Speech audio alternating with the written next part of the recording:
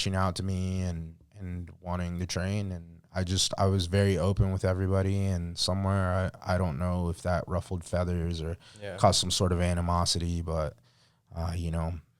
When I moved here and, like, you know, through my time, you're talking about training and stuff, like, I genuinely didn't know there were other, like, Muay Thai or MMA gyms in Tulsa. I thought we were the only one. I mean, there really when I first came here, there really isn't. So, man, I don't want to, like, I want to say it in a way that's respectful, because, like, I'm not trying to call anyone out or anything like that. But I really think that if I started a jiu-jitsu program being a blue belt here, I think people would be like, oh, that's bullshit, you know? Yeah. That I have no business teaching, like, gi jiu-jitsu and trying to, like, level people up or enter people into grappling competitions or anything like that. Yeah, all those guys are teaching striking. Yeah, I don't understand why those same people are, or not those same people, but I don't understand why at a jiu-jitsu heavy gym or a jiu-jitsu gym, guys feel really comfortable teaching striking, and it's almost like they don't respect our martial art, you know?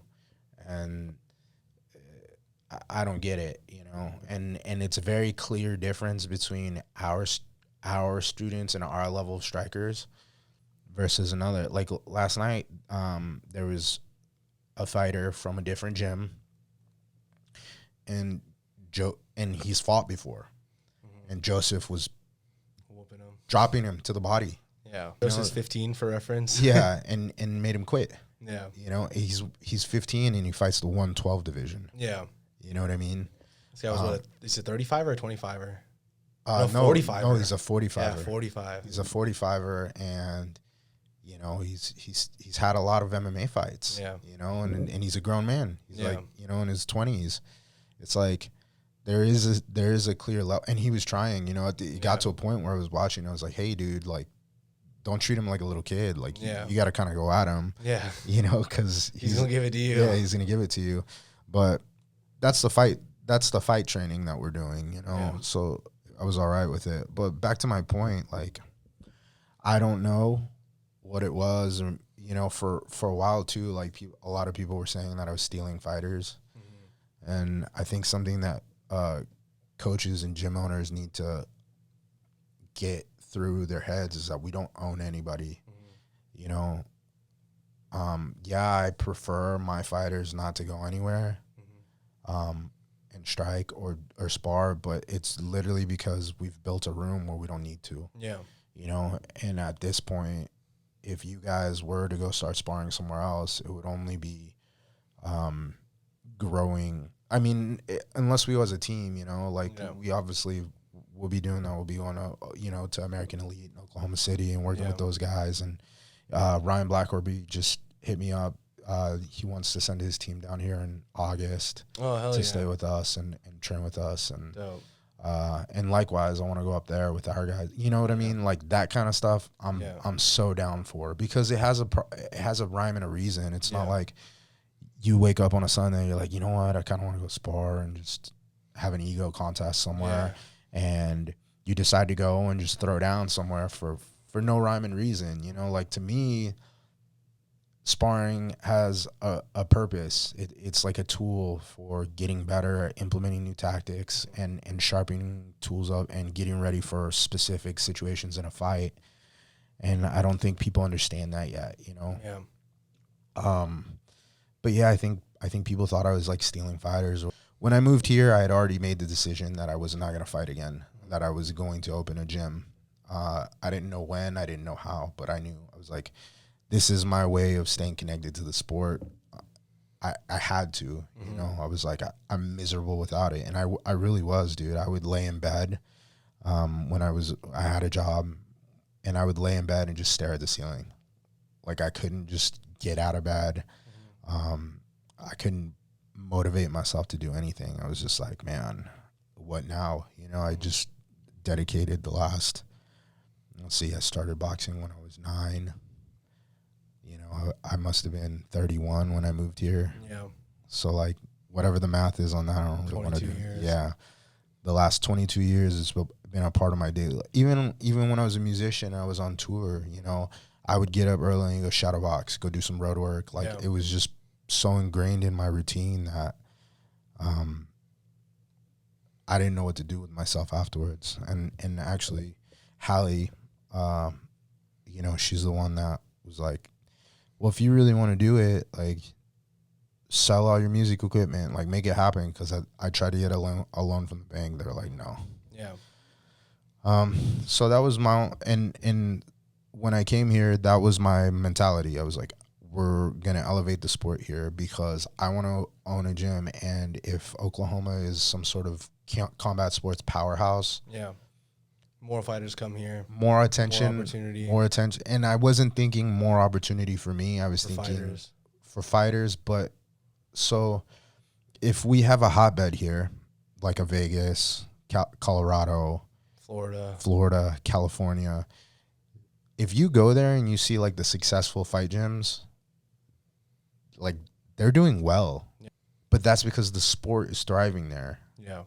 So to me, I was like, okay, if we elevate the type of fighter that's coming out of Oklahoma, we're all gonna eat, because not everybody that wants to train is gonna align with me, like what I think, what I want. I mean, you see it every day. Hey, coach, can I spar? No, you're not ready. Yeah. That same guy will go to a different gym, and that guy will put him in a fight. Yeah.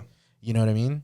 Yeah. So, you know, and that's not to say that's wrong or right. It's just not my way of doing things, because I have so many fighters that I can't leapfrog you. It wouldn't be fair. Yeah. You have to go through the same process. There's no reason why I have a beginner who's been here for a month jumping into the ring when I have a guy who's been here for 2 years. Yeah. You know, that I haven't let fight yet because he's still working on stuff. Yeah.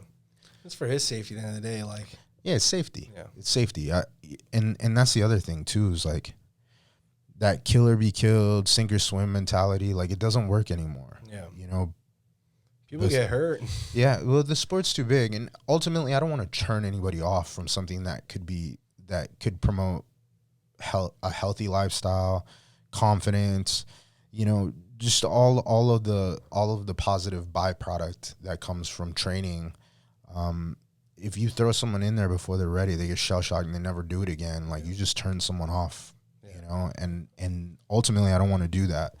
But what are your thoughts on, like, so I firmly believe, like, anyone who trains, like, if you're going to commit to training, like, at one point or another, you should fight at least once. Yeah. I think everyone should fight. Now, if that means that I'm going to force everyone to fight, no, but also too, like, and I haven't rolled it out yet, but the ranking system that I've got set for our school is going to follow kind of a similar rankings versus the colors in jiu-jitsu, but except we can't have a black belt. You know, the only way that you can get what would be considered a black belt here, or the way I'm going to do it, is going to be a white Mong for C-class fighters, a red Mong for B-class fighters, and then pros and A-class fighters will wear the black Mong. This way, like, it preserves, you know, the sanctity of being a fighter. Yeah. You know, because to me, I put them on pedestals. I don't think it should be that accessible to just anyone. Yeah. You know, and that's my personal thing. Like, you don't have to agree with me, but let's not cheapen what we're doing here. You know, if you are going to be a fighter, you should train, and you should earn the privilege of competing and representing your school and representing your coach and representing your teammate. Because that's another thing that people don't take into account. It's like, you're a representation of what we do here. You know, you're representing, if I put you in the ring, you're representing Jimmy Flick, UFC fighter, Ryan Fadi, like 50, you know, whatever, and all your different accolades, 8-time Muay Thai world champion, LT now, like, you're representing these people, and the bar set high. You know, you're going to go out there and, like, people are going to be like, wow, that's what that gym's producing now. Like, it can't be that way. Yeah. And we've seen those gyms too, where, like, every dude just gets ran through, and it's like, you just look so bad on all of them, you know, like, yeah, you just count out all their guys, like, and you see that guy walking to the cage with his guy and say, oh, they're probably gonna get murked. Well, and then not to be like a snob about it or anything, but again, it comes back to safety and what kind of sport we're trying to build here. Like, I would like Oklahoma to be a hotbed of mixed martial arts, because one day Jimmy's gonna have a gym. you're going to have a gym. No doubt you'll have a gym one day. You should have a gym one day. You know what I mean? Like, you guys have so much wealth of knowledge beyond mine, you know? I never was a pro fighter. I didn't get the opportunity to go pro. I wanted to, but, you know, life circumstances, I thought it would be best that I shift my energy and focus into becoming the best coach I could be, because I didn't really think I could take fighting as far as I would need to fulfill myself. I'm very competitive.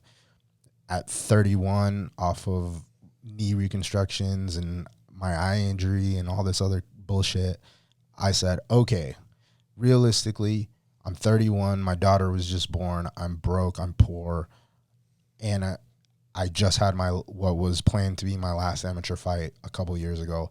How far can I take this as a 31-year-old with a new daughter that I need to provide for? And I said to myself, well, perhaps I could get to maybe a Bellator or something like that, where they will sign older fighters, but I'm making my pro debut at, well, one, I need to recover. I need to get back in fight shape. How long is that going to take me? I need to get my time. So realistically, I'm having my pro debut at 32. Okay, so I'm working the regional circuit to 33, 34. That's provided I don't get injured, provided I don't get knocked out, provided I win. It's like, there's no way. I mean, I got to be realistic. You know, it's athletics. It's not the try hard, like, participation trophy championships. It's the Ultimate Fighting Championships, and they don't give a fuck. If you're too old, they're not going to sign you. Yeah. If you're not beating the right people, they're not going to sign you. So I'm like, okay, how do I stay connected to the sport? Focus on coaching. Become the best coach I can be. Have a UFC fighter, have a future UFC fighter, have a future, you know what I mean? Like, I'm still having the experience vicariously through you guys, but that was my thought process, where I was like, okay, how far can I take it? And, you know, that's essentially why I guard being a fighter so in such a high regard, and well, that's why I make it kind of a hard to attain thing in our school. And like I said, the more popular the sport gets, the more people in the area want to train. That only comes from our fighters being successful. And I say our fighters, Oklahoma's fighters. If Oklahoma fighters are succeeding on a bigger stage, more people in the area are going to go, oh shit, Jimmy Flick's in the UFC. Man, Jimmy Flick made it. Maybe I could make it. Boom. They start looking. Oh, Forza's too far. Oh, but this gym's here. Well, I'm going to start training because I want to do what Jimmy Flick does. So they go and they train. Boom. That's a member for that school. That's income for that coach. Hopefully that income allows him to upgrade his school, upgrade his program, provide more resources for his athletes to make them better, so that my athletes have competition, so that we can sharpen each other through competition and get them out of Oklahoma. Yeah. Because ultimately, the more we put out and the better they do out of this state, the more people in this state will be inspired to train. The more people that are inspired in this state to train, the more students and memberships for all the coaches that have academies here. The better they live, the more resource they provide. It's a cycle. You know what I'm saying? Yep. But if we guard it and we want to be local heroes and like big fish in the small pond, no one's going to go anywhere. What's going to happen is a guy's going to get really popular here, go out to the regional circuit, get smashed, and then people are going to be like, oh, Oklahoma sucks because that's their best guy. Yeah. You know what I mean? That's not okay. And that's not to say that we don't go out on the national stage and lose. We do. Yeah. It just happened. But we're getting out there and we're getting to the elite level before we're having to lose. Okay. You know, and if there's people that are small-minded in Oklahoma that are celebrating our failures, well, right. Yeah, like, take a look in the mirror, man. You're a joke.